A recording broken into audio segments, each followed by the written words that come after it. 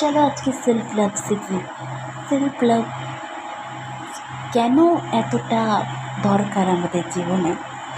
আমাদেরকে অনেকে অনেক কিছুই বলবে, আমরা অনেক সময় অনেক কিছু সহ্য করে থেকে যাই, কিন্তু আমরা যখন নিজেকে ভালোবাসতে শিখবো তখন আমরা তার সাথে রাখো বা ঝগড়া করে নয়, কিন্তু ভালোভাবে আমরা নিজের মনের যেটা মানে কথা আছে সেটা ব্যক্ত করতে পারবো, যাতে আমরা নিজেদের সম্মানও প্রোটেক্ট করতে পারি আর নিজের সব দিক দিয়ে ভ্যালু বজায় রাখতে পারি।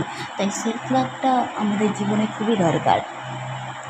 যে কোনো সম্পর্কের ক্ষেত্রে, পরিবারের ক্ষেত্রে বলছি, তুমি আগে নিজেকে গুরুত্ব দাও, তারপরে তুমি সবার খেয়াল রাখো।